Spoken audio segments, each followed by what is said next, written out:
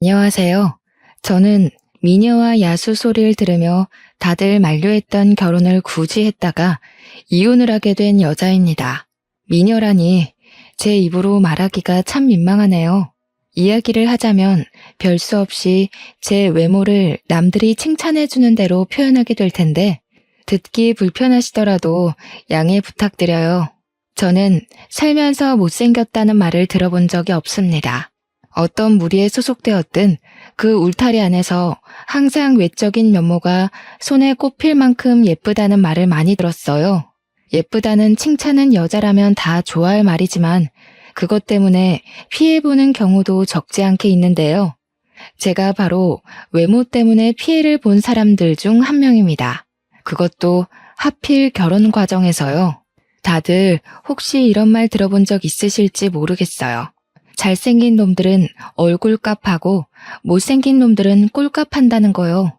저는 외적인 칭찬을 많이 받는 편이지만 한 번도 제 외모로 특혜를 바라거나 잘난 체한 적이 없거든요. 단언컨대 절대 외모로 사람을 함부로 평가한 적이 없는 사람이에요. 그런 제가 이번 결혼을 통해서 아주 제대로 꼴값 떠는 신랑을 만났지 뭡니까? 저는 아직까지도 그런 남자를 만난 것이 제 인생 최대의 실수를 넘어서 가장 수치스러운 일이었다고 생각합니다.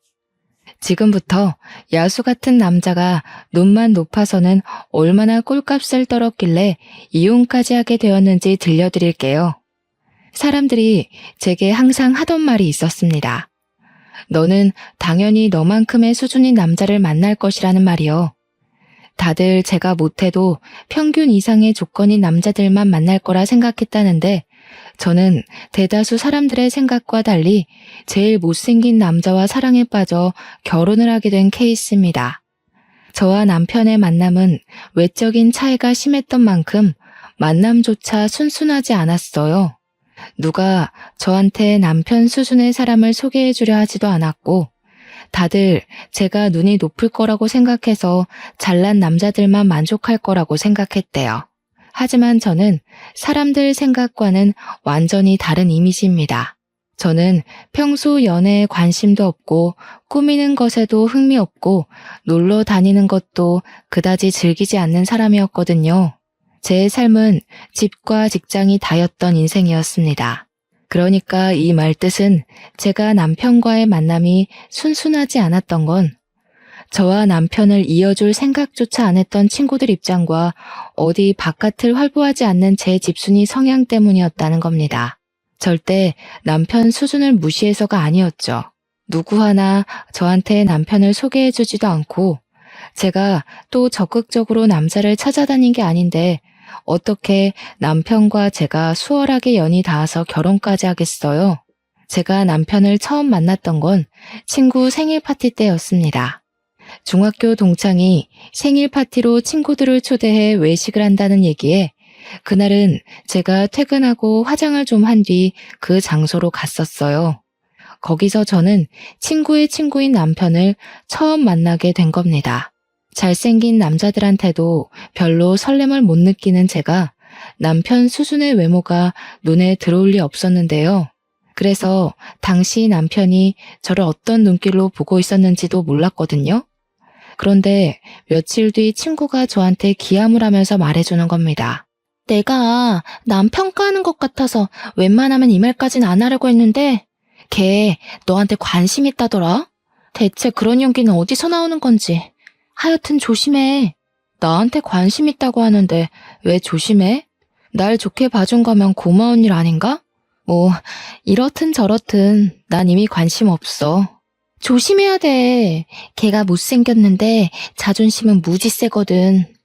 애가 착하긴 해도 너를 탐낼 수준은 아니야. 네가 천배만배 아까우니까 조심하라고. 친구가 새삼스레 이상한 걱정을 해주는데 그땐 솔직히 오버스럽게만 보였고 그런 경고를 쉽게 넘겨들었습니다. 당시에는 저의 방심이 자연스러운 거였어요.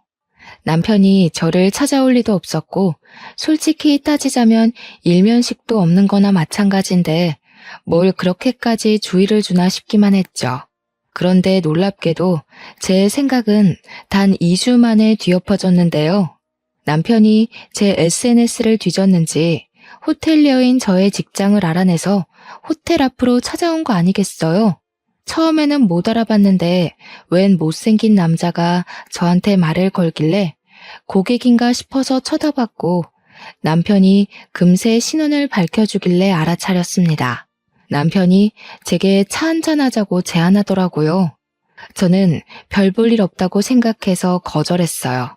피곤하기도 했고 연애 자체에 관심이 없었거든요. 그런데 남편이 며칠 간격으로 계속 찾아오길래 스트레스를 받기도 하면서 한편으론 좀 무서운 거 아니겠습니까?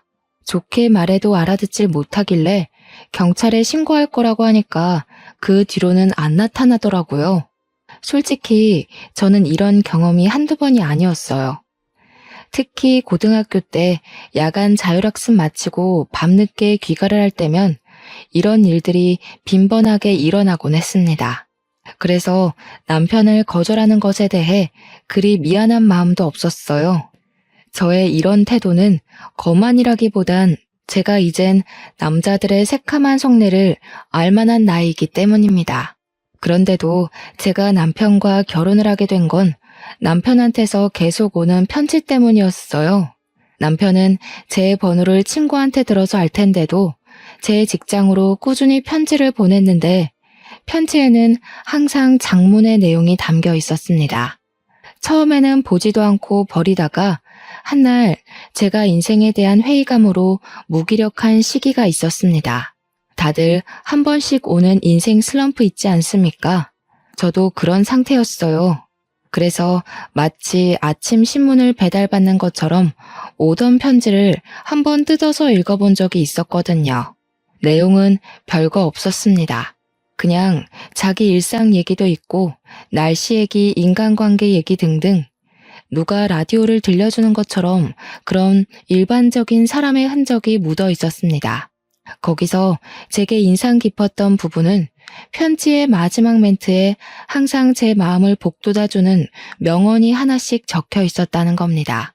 신기하게도 그 뒤로 그 편지를 받으면서 남들 사는 세상살이를 좀 더 폭넓게 느끼게 되었고 마치 포춘 쿠키 안에 행운의 매물을 보는 것처럼 적힌 명언대로 제가 지혜로워지는 느낌까지 받았어요. 그렇게 남편이 주는 편지를 통해서 저도 모르게 자존감이 서서히 채워져 갔죠. 덕분에 슬럼프 시기도 해를 넘기지 않고 훅 지나가 버렸습니다. 그러길 1년이 지속되었을까요? 이젠 남편의 편지가 기다려지고 남편이 뭘 하고 지내는지가 궁금하더라고요. 처음으로 남편을 제대로 마주보고 앉아 대화를 나눠보고 싶다는 생각이 들었습니다. 그래서 제가 그 많은 편지를 받았음에도 불구하고 딱 한 번 답장을 보낸 적이 있었는데요. 제 전화번호와 함께 만나자는 내용을 담아서 보냈고 그렇게 저희는 정식 만남을 갖게 된 거죠. 대화를 해보니 남편은 제가 아는 남자들 중 가장 착하고 성실하고 바보 같은 사람이었습니다. 모태솔로라고 하던데 여전히 남편의 외적인 부분은 제 타입이 아니었지만 그날따라 남편이 다르게 보이더라고요.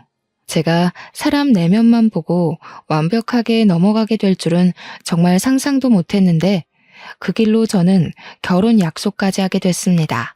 주위에서 저와 남편의 관계를 정말 많이 만류했어요. 제가 아깝다는 소리를 엄청 많이 들었습니다. 당연히 그들은 저처럼 남편의 진정한 내면을 모르니 그렇게 생각할 수도 있겠죠. 그럴 것 같아서 저는 그때마다 사람 외모만 보고 마음대로 판단 짓지 말라고 따끔하게 충고하곤 했습니다. 결혼식에선 보통 신부가 눈물을 많이 보이는데 저의 경우엔 남편이 울었어요. 항상 저를 자기한테 과분한 사람이라 대우해주고 자기가 무슨 복이 있어서 저처럼 아름다운 여자랑 결혼할 기회가 닿았는지 고맙기만 하다고 하더라고요. 제가 그땐 콩깍지가 단단히 쓰였었나 봐요. 그렇게 우는 남편이 귀여워 보였습니다. 결혼해서도 남편은 제가 친정에서도 받아보지 못했던 대접을 매일같이 해주며 공주로 대해줬습니다. 남편의 마음은 고맙지만 한편으로는 남편이 자처해서 집사 노릇을 하는 게 불편해서 제가 서로 맞춰가자고 말린 적도 있었어요. 그럼에도 남편은 자기가 좋아서 하는 거라며 제게 헌신하는 걸 끝까지 고집부리더군요.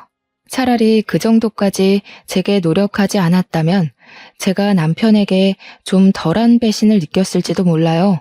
제 인생은 가장 행복한 기점을 딱 찍고서 그대로 수직하강하였습니다.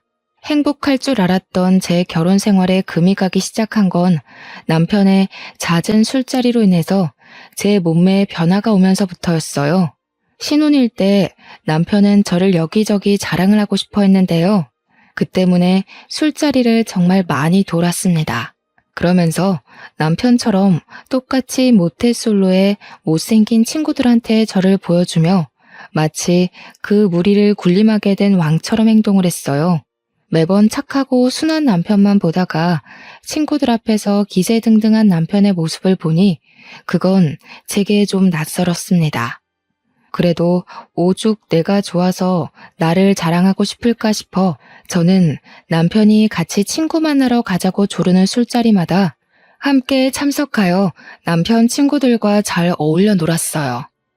평소 술은 입에도 안 달고 살던 제가 단기간에 술자리와 야식자리가 많아지니까 당연히 급속도로 살이 찔 수밖에 없더군요. 몸매를 관리해야 되는 직업이기도 하고 먹는 것에 욕심 없어 몰랐는데 살은 한번 찌는 게 보이기 시작하면 무서운 속도로 불어난다는 걸 알았습니다. 직장 유니폼도 작아져서 2사이즈 큰 걸로 다시 주문하는 지경까지 되고 말았죠. 내 몸 내가 찌는 거 누구보다 제가 잘 알거든요. 굳이 지적해주지 않아도 알고 있고 더 불어나기 전에 관리해야 한다는 것 정도도 인지하고 있단 말이죠. 그런데 제가 황당했던 건 눈에 띄게 살이 찌자 남편이 변하기 시작했다는 겁니다. 어느 날 남편이 반바지를 입고 지나다니는 저를 보고는 뭐라고 한 줄 아십니까? 여보, 다리가 좀 튼 것 같은데? 허벅지 사이 붙는 것 좀 봐. 그러다 한순간에 뚱뚱이들 계열 타겠어. 이리 와봐. 남편은 제가 제 자신을 관리하는 것보다 더 저의 외적인 것에 간섭을 많이 했습니다. 제가 원래도 꾸미는 걸 안 좋아한다고 했잖아요. 그래서 신혼집에서도 항상 그랬던 것처럼 내추럴하게 다녔었는데요. 제가 살찌기 전에는 남편이 그마저도 예쁘다고 해주더니 살이 찌자 그때마다 제게 지적만 하는 거 아니겠습니까? 저더러 부부라고 너무 풀어지지 말자고 조언인 척 경고를 하더라니까요. 솔직히 단기간에 2사이즈나 불었는데 살이 트는 건 어쩔 수 없는 거 아닙니까? 남편 위해서 남편 친구들이랑 같이 술 마시고 야식 먹고 하다 보니까 찔 수밖에 없었던 거라고요. 그런데 남편은 그런 제 노력은 알아주지도 않고 그저 몸매만 평가를 하고 있으니 제가 서운하지 않을 수 있겠습니까? 남편이 제게 결정적으로 상처를 준 적이 있었는데요. 한 번은 남편이 저더러 임신도 안 했는데 이렇게 트면 나중에 임신해서는 몸이 더 징그러워지는 거 아니냐고 하는 거 아니겠어요? 말하는 게 좀 선 넘는 것 같은데 그만하지? 그런 말 들으면 어머님도 서운하시겠네. 임신을 하면 트는 게 당연한 거야. 그걸 징그럽다고 하면 당신은 당신이 태어난 걸 탓해야 되고 낳아준 엄마를 진작에 돌아섰어야지. 아니, 내 말은 관리하려면 할 수 있는 건데 네가 예전에 비해 나태해지니까 이런 결과를 만들어낸 게 아니냐는 거지. 뭘 또 우리 엄마 얘기까지 끌고 와. 남편은 제가 2사이즈 늘어나고부턴 저를 술자리로 부르지도 않았습니다. 너무 속 보이지 않나요?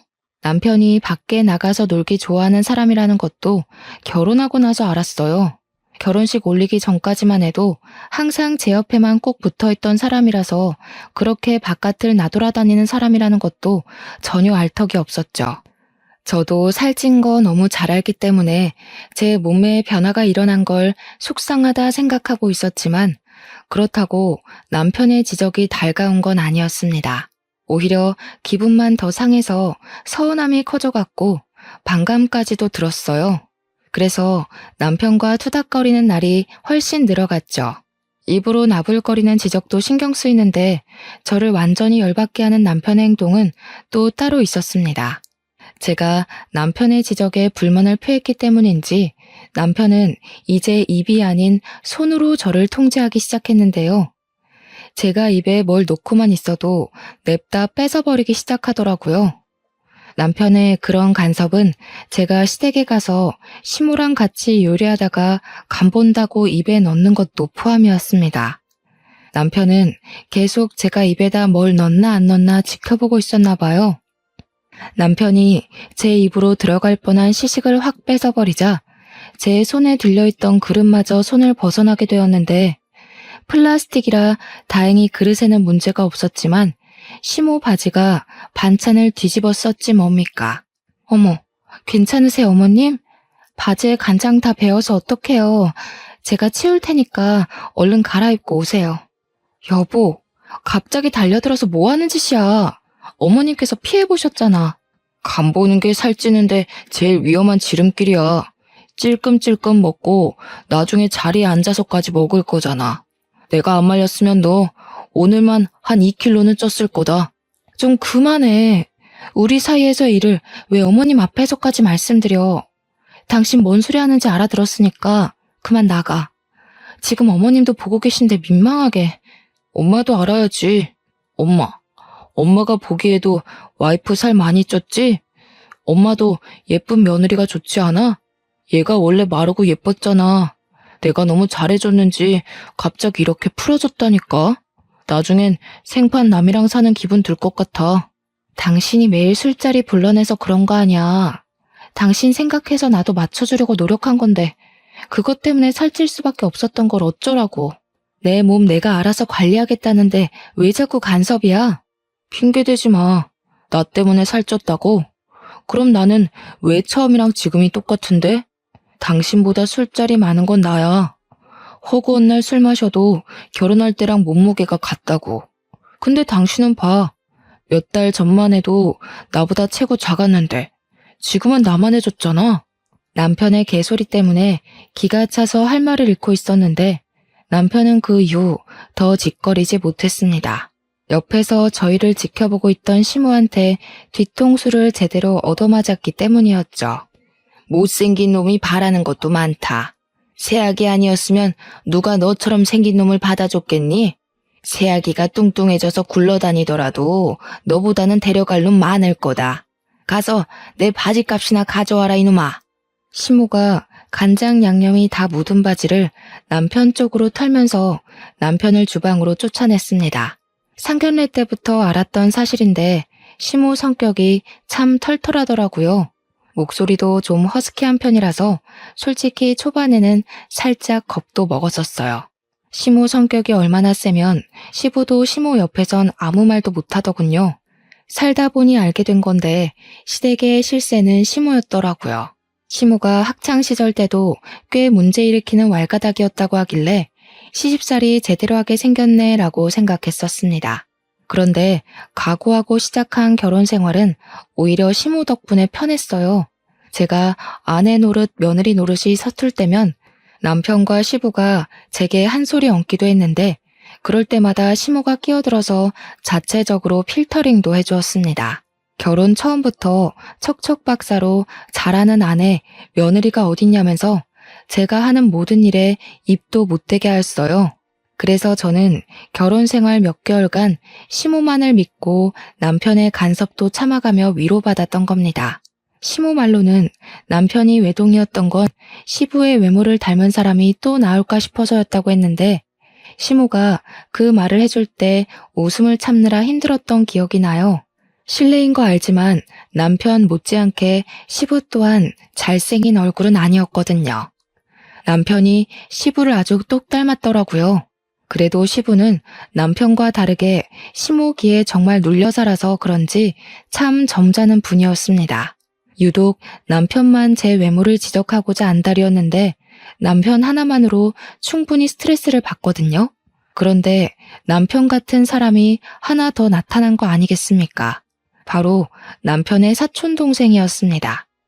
아가씨는 집에 자주 오는 건 아니었고 결혼식 때 한 번, 명절 때 두어 번 본 게 다였어요.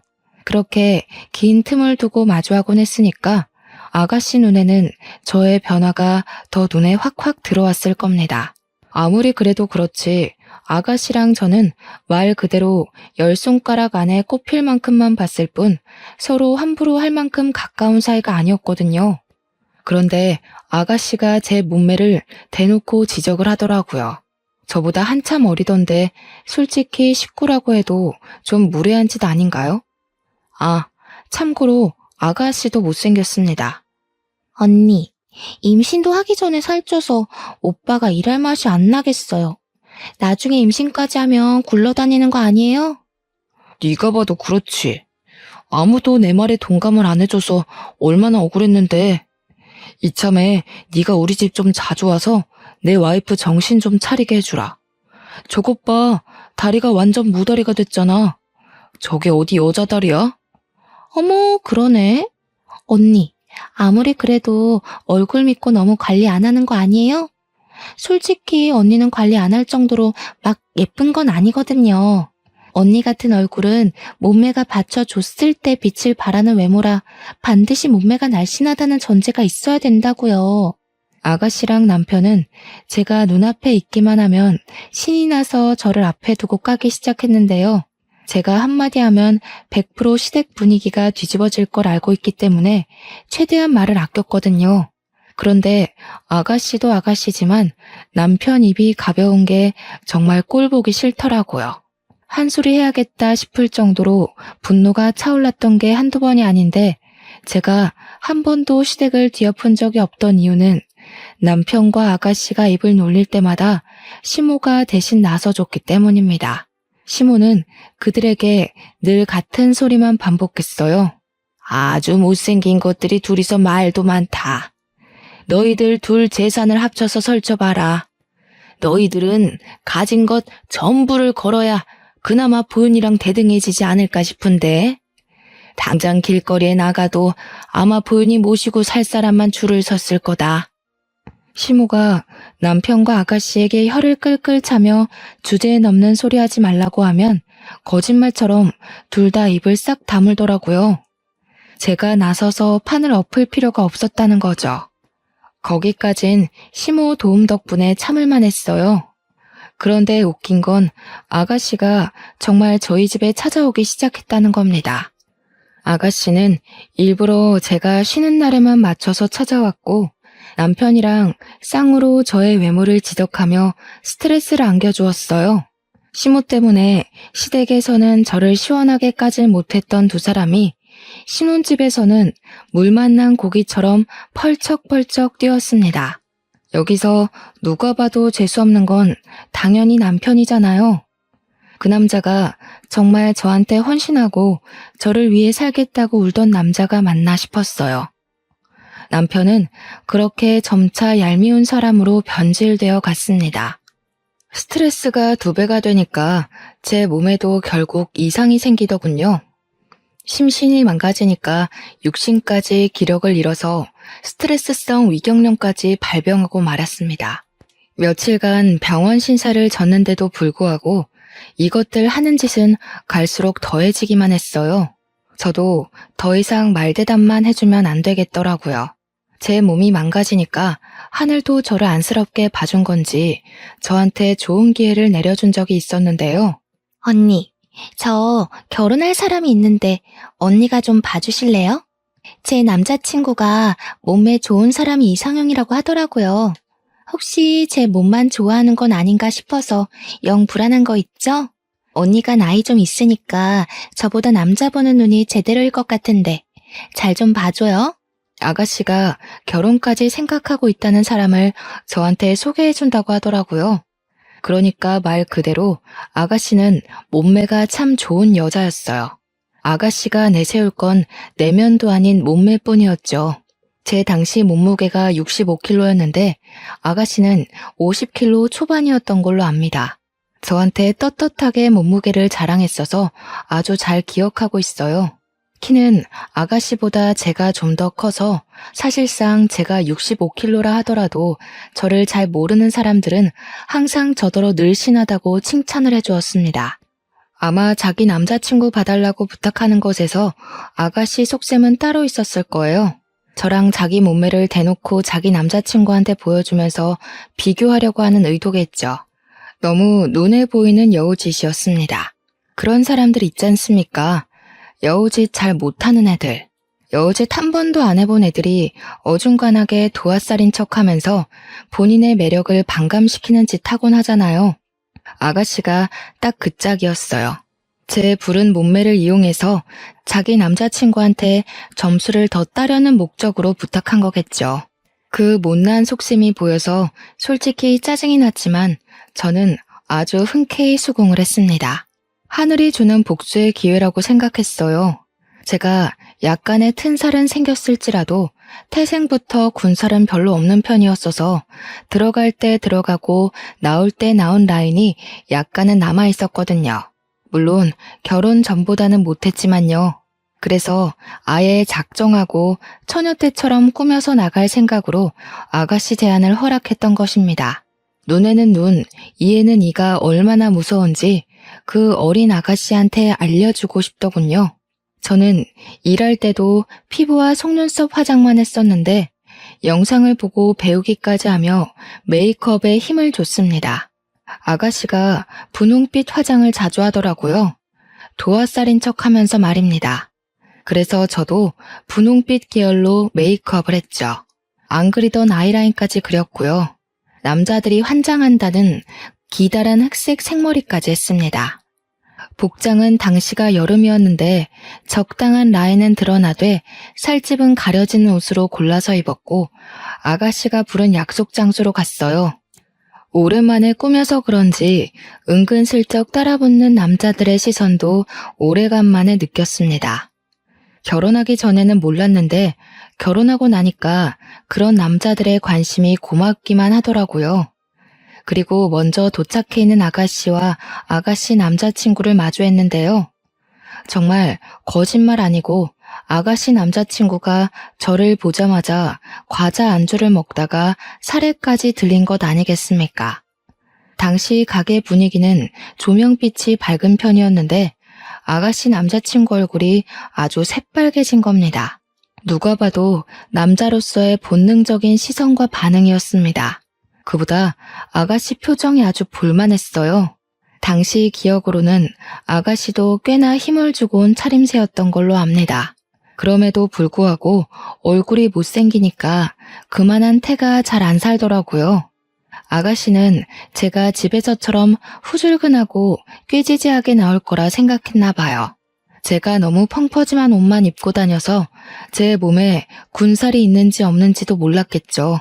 아가씨는 저를 한참이나 훑어보면서 자기 남자친구의 시선 처리를 신경 썼습니다. 제가 오자마자 찬물이 확 끼얹어진 분위기였는데 속으로 좀 고소하더라고요. 내가 살이 쪄도 너는 나한테 안 된다는 걸 아가씨한테 보여준 셈이라서 정말 쌤통이었습니다. 제가 사근사근 웃을수록 아가씨 표정은 급격하게 썩어갔어요. 그리고 대화하는 내내 아가씨 남자친구는 저를 잘 못 쳐다봤습니다. 저의 예전 경험을 빌어 해석해봤을 때 그건 분명 호감의 태도였죠.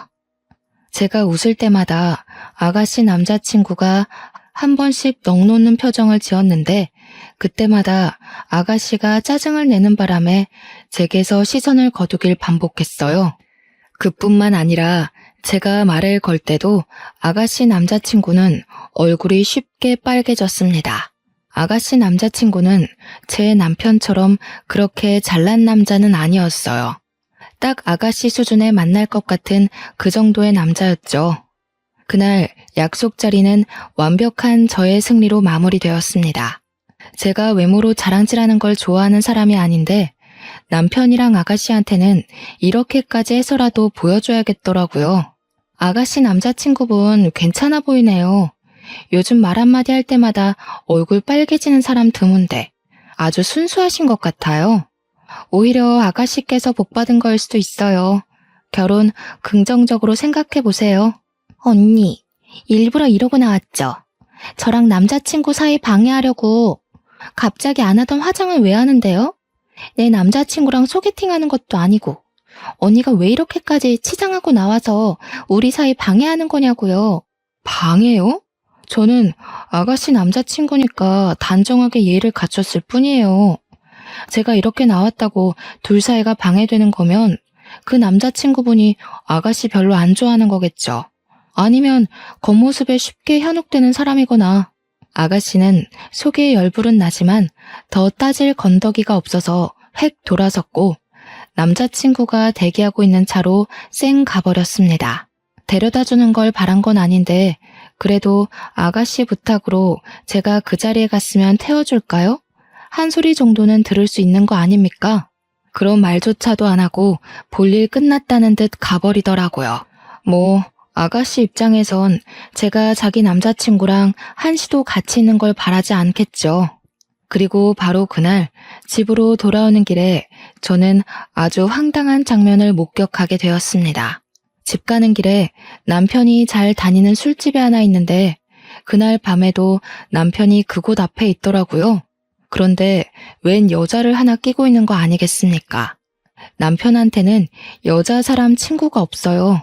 남중남고 공대를 나왔기 때문도 있고 여자를 어울릴 만한 매력도 없던 사람이었거든요. 남편이 언제 한번 저보고 신혼 초 때와 다르게 겉모습이 변해서 스킨십할 생각이 안 든다는 말을 한 적이 있는데요. 그래서 바람이라도 피기로 작정한 건가 싶더라고요. 저는 제가 남의 외모를 깎아내리며 무시하는 면이 있다는 걸 남편 덕분에 깨우쳤습니다. 남편이 여자를 끼고 동네방네 들릴 목소리로 하하거리고 있는데 순간 그 꼴을 하고도 바람 피울 용기가 있네 싶은 거 있죠. 못생긴 놈이 바람나면 진짜 더 화나는 거라고 친구한테 들은 적 있는 말인데 충분히 공감이 되었습니다. 남편 얼굴로도 바람을 피울 수 있구나, 바람에는 조건이 없구나 생각이 들더군요. 저는 남편이 웬 여자 허리를 감고 있는 모습을 카메라로 찍으면서 그곳으로 갔습니다. 제가 오랜만에 빡세게 화장을 했더니 처음엔 남편 친구들이 저를 못 알아보더라고요. 제게 길을 터주면서 가게 문까지 친히 열어주는데 그때 저와 남편의 눈이 정통으로 마주쳤습니다. 남편은 저를 보고 와 하는 눈빛으로 구경하는 것 같다가 뒤늦게 놀라서 사색이 되는데 그 몰골이 얼마나 우스웠는지 몰라요. 그리고 남편 옆에 딱 붙어있던 여자는 역시나 남편 수준에 걸맞은 같은 급의 여자였습니다. 여보? 아니 어떻게 된 거야? 이렇게까지 차려입고 어디 갔다 오는 길인데 그보다 무슨 바람이 들어서 안 하던 치장을 다 했어? 축하해, 새 부인 맞이하게 된 거. 어머님 말대로 혼인신고 늦춘 거 너무 다행이다. 너한테 내가 너무 아깝긴 했어. 그만 이혼하자. 근데 여자분이 너무 보는 없으시다. 고작 이렇게 생긴 남자 때문에 소송까지 당하게 생겼네요. 혼인신고 안 해도 상간녀 소송은 가능한 거 아시죠? 당시 남편 친구들은 술에 취해 있었는데 친구들이 남편 상간녀 앞에서 대놓고 상간녀와 저를 비교하며 상간녀 외모를 지적하기 시작했습니다. 남편한테 욕까지 하더라고요. 이렇게 예쁜 와이프를 두고 생기다만 여자랑 미친 짓 했다고. 넙죽 엎드려 절을 하고 살아도 모자랄 판에 왜 사서 못생긴 여자로 갈아타냐고 악담을 퍼붓더군요. 분명 방금까지 분위기가 좋았던 걸로 봤는데 순식간에 상황이 뒤바뀌어 버렸어요.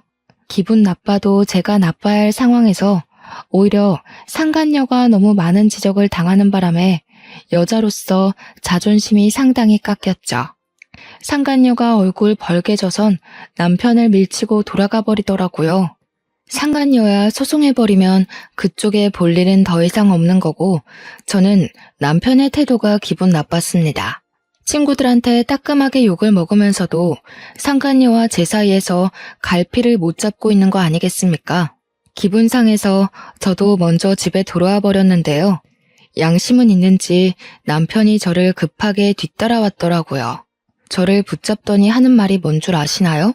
좀 전에 있었던 불륜 현장을 변명해도 모자랄 판에 글쎄 저더러 살을 뺐냐고 묻는 거 아니겠어요? 이 와중에 그저 외적인 것만 언급하는 남편이 재수없어서 저는 들고 있던 가방으로 남편 머리통을 후려쳤습니다. 남 평가하기 전에 네 주제나 생각해. 평생 여자 못 만날 팔자 구제해줬더니 아주 꼴값을 떨고 자빠졌다. 나 너랑 이혼할 거니까 그런 줄 알아. 여보, 미안해. 나는 당연히 자기 있는 그대로가 좋아. 그런데 예쁜 거에 환장하는 건 남자로서 당연한 거니까. 자기더러 계속 살 빼면 좋겠다고 한 거야. 당신 너무 예쁜 사람인 걸 누구보다 내가 잘 아는데 결혼하고 나서는 죽어가는 꽃 같아서 그랬어. 내가 당신 자존감 높여주려고 도와준 거라고. 이러니까 모태솔로지. 넌 상대방 욕하고 단점 공격하면서 자존감을 높여주니? 내가 똑같이 해볼까? 아스팔트에 눌어붙은 껌같이 생겨가지고. 네가 돈을 잘 벌기나 해? 볼 거라곤 헌신짝처럼 애쓰는 순수한 마음밖에 없던 놈이 이젠 그마저도 사라져서 이젠 완전 볼품 없어졌네. 뭐라고? 아스팔트? 뭐? 당신 여태 나랑 살면서 그런 생각하고 있었던 거야? 내가 아무리 당신보다 못났다고 하더라도 사람은 겉모습이 다가 아니거든? 어떻게 그런 말을 할 수가 있어? 먼저 겉모습에 정신 빠져있던 게 누군데 나보고 죽어가는 꽃 같았다며? 그래, 주제도 모르고 잘도 나불거렸다. 내 주위에서 너랑 같이 사는 나더러 비 좋다고 하더라. 이혼하면 친구들이 나한테 더 능력 좋고 잘생긴 남자 소개해준다고 대기 중이야. 그런데 넌 과연 나보다 잘난 여자를 만날 수 있을까? 그럴 리가 없지. 그런 여자가 너를 왜 만나겠어? 어때? 자존감이 좀 올라가니? 남편은 제 말에 기함을 하다가도 이제 좀 저랑 살았다고 기분 나쁜 감정도 서슴지 않고 드러내더군요. 저한테 몸매 지적하면서 껍데기 변했다고 나무랄 땐 언제고 꼴에 외모 지적받으니까 기분이 상했나 보더라고요. 저보고 외모지상주의였냐고 얼굴값 하는 다른 인간들이랑 결국 똑같은 여자였냐면서 그러대요. 어쩜 자기 발자취는 돌아볼 줄을 모르는지 한심하기 짝이 없지 않습니까? 저는 제가 받았던 상처만큼 그대로 돌려줬을 뿐입니다. 세월로 따지면 당연히 제가 훨씬 손해이긴 하지만요. 남편은 저한테 외모 지적을 받아서 단단히 삐쳤습니다. 그러거나 말거나 이젠 남편이 뭘 하든 어쩌라는 건가 싶더군요. 다음날 연차를 낸 저는 시댁을 먼저 찾아가 이혼을 하겠다는 의사를 밝혔고 시부모에게 남편이 바람피웠던 정황까지 낱낱이 보여줬습니다. 가장 먼저 성화를 표한 건 역시 시모였는데요. 남편이 이혼하겠다는 저를 쫓아와 곁에서 내내 불안해하고 있었거든요. 그런데 제 얘기가 끝나자마자 시모가 당장 들고 일어나 남편의 등짝을 패는 거 아니겠습니까? 남편에겐 해명의 기회조차 주지 않았습니다. 이런 멍청한 놈, 너는 네 복을 네가 들고 찬 거다 이놈아. 네가 어디 가서 보윤이 같은 여자를 만날 수 있겠냐? 아유 속 터져. 보윤이처럼 착하고 예쁜 애가 또 어디 있다고. 내가 이런 것도 자식이라고 미역국을 먹었네. 솔직히 시모가 저를 좀 많이 예뻐해 주셨습니다. 외면이든 내면이든 상관없이 저를 늘 칭찬해 주던 분이셨어요. 그 때문에 저도 시모를 굉장히 잘 따랐고요. 그렇게 시모와 잘 지내던 제가 이제 그만 이 집을 나가겠다고 하니까 시모가 속상하고 마음이 안 좋았나 봅니다. 진심으로 아들을 탓하면서 한숨을 계속 쉬더라고요. 그럼에도 불구하고 제 결정을 존중해준 시모 덕분에 저는 손쉽게 이혼을 할 수 있었어요. 남편과 나란히 도장을 찍고서 저는 상간녀 소송까지 바로 진행을 하였죠. 그런데 상간녀 소송 준비 중에 변호사가 유익한 정보를 하나 주었는데요. 남편이 제게 외모 지적으로 스트레스 준 것들에 대해서 증거만 충족된다면 위자료를 더 청구할 수 있다고 하는 거 아니겠어요? 그런 것에도 손해배상 청구가 되는지 몰랐습니다. 역시 내가 아무것도 모를수록 전문가의 도움을 받아야 한다는 게 이렇게 증명되네요.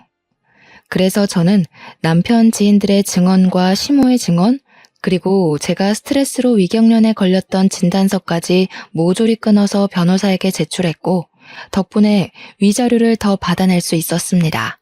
남편과는 더 이상 연이 끊겼지만 가끔씩 제게 안부를 묻는 시모의 연락은 받고 있어요. 차마 저한테 무척 잘해준 시모를 외면할 수가 없겠더라고요. 시모는 제게 돌아오라는 말은 안 하지만 그립다는 말은 한 번씩 해주고 계세요. 시모가 제게 보고 싶다고 할 때면 가끔씩 제 이혼으로 인해 시모에게 몹쓸 짓을 한 것처럼 죄책감이 들더군요. 그래서 시모와는 특별한 인연으로 관계를 이어갈까 합니다. 아차차, 그리고 아가씨는 그때 저한테 인사시켜준 그 남자친구랑 헤어졌다고 하더라고요. 제가 그걸 어떻게 알게 됐냐면 아가씨가 만나던 남자가 저한테 개인적으로 연락이 왔었어요. 어떻게 제 번호를 알아냈는지 모르겠는데 아무렴 아가씨가 직접 알려줬을 리는 없으니까 혹시 아가씨 휴대폰을 좀 뒤져본 게 아닌가? 일단 그 정도로만 추측을 하고 있습니다. 어쨌든 그 남자는 저보다 7살이나 어린 남자인데요.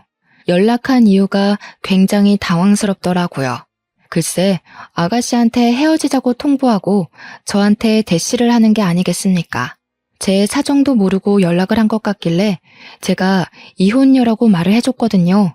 그런데 아무리 말해도 그 남자는 자기 그런 거 상관없다면서 자기는 외모보다는 내면을 바라본다고 그날 아가씨가 저를 소개해줬을 때 대화해보니 너무 자기 타입이었다고 하는 거 아니겠어요? 듣는데 어쩜 제 못난 전남편과 수법이 똑같던지 고작 2-3시간 만에 제 내면을 보였을 리가 있겠어요? 결국 자기도 내 외모에 반해놓고 내면 타령을 하면서 입에 발린 말을 해대는데 자꾸만 전남편 모습이 겹쳐서 불쾌하더라고요. 제가 말씀드렸죠. 이 남자도 딱 아가씨 수준에 걸맞은 촌스러운 남자라는 건 말입니다. 저한테 내면 타령하면서 매달리는데 한숨밖에 안 나오더군요. 그냥 차단 박으려고 했는데 과거에 저한테 막말하던 아가씨가 떠올랐지 뭡니까. 유일하게 아가씨한테만 별 타격을 못 주고 이혼해버렸는데 마지막 피 한 방울까지 제대로 빨아먹어주고 싶더라고요. 그래서 그 남자애가 연락 온 거 전부 캡처해서 아가씨한테 전송해버렸습니다. 아가씨가 곧바로 전화가 오길래 받지도 않고 끊었더니 제가 받을 때까지 미친 듯이 연락을 해대더라고요. 벼랑간 더 이상은 제 손밖을 벗어난 일이라 생각하고 남자애랑 아가씨 둘이서 잘 해결하길 바랄 뿐으로 손 털어버렸네요. 그리고 저는 현재 이혼녀지만 당당하게 살고 싶어서 다이어트를 열심히 했어요. 식사량만 줄였더니 바로 5kg가 빠져버리더군요. 이 기회에 아예 몸을 제대로 만들고 싶어서 헬스장까지 등록했고 운동하다 보니까 새로운 곳에 재미까지 들려버리고 말았죠. 1년 동안 개인 운동 다니면서 트레이너의 추천으로 지금 피트니스 대학에 나갈 준비 중에 있습니다. 한 번도 도전해보지 않았고 감히 상상도 못해본 길인데 하루하루 준비해 가는 날이 알차고 힐링도 많이 되더라고요. 마치 제 2의 인생이 시작된 기분이랄까. 아마 제가 아이가 없었기 때문에 아무 일 없던 것처럼 싱글로 빠르게 복귀할 수 있지 않았나 싶습니다. 다른 사연들 보니까 아이 때문에 이혼을 하고도 고충을 겪는 분들 꽤 되시더라고요. 홀로 아이를 키우다 보니 사회적 억압도 2배, 책임감도 2배, 스트레스도 2배가 아닙니까? 저도 저지만 사실 그런 분들이 정말 대단하고 존경스러운 여성분들이 아닌가 싶어요. 어떻게 그런 걸 다 이겨내고 앞으로 전진할 수 있는 건지, 희망을 꿈꿀 수 있는 건지 놀랍기만 하네요. 그런 게 엄마들만이 가질 수 있는 초능력인 걸까요? 그리고 제가 사연을 쓰는 동안 외적인 비하 발언을 많이 할 수밖에 없었는데요. 전 남편의 가벼운 행실을 참기만 할 수가 없어서 저도 모르게 똑같이 행동을 해버렸어요. 그 부분은 반성하고 있고 어디 가서 함부로 남의 겉모습만 보고 판단하지 않도록 저를 끊임없이 돌아보고 있습니다. 제게 피해를 주는 발언에 맞서는 게 아니라면 앞으로도 쭉 외모 평가는 할 생각이 없습니다. 계속 조심할 거고요. 어찌 보면 별일 아닌 걸로 이혼을 했다고 생각할 수도 있겠지만 저는 제 자존감을 지키고 싶었어요. 저를 함부로 대하는 사람과 평생을 함께할 자신이 없어서 그만 이혼이란 길을 선택한 것이니 제 결정에 후회는 하지 않습니다. 가벼운 선택을 했다고 보진 말아주셨으면 좋겠어요. 다들 나를 지키는 방법은 많고도 다양한 거잖아요? 그만 제 사연을 마무리하도록 하겠습니다. 들어주셔서 너무 감사드려요.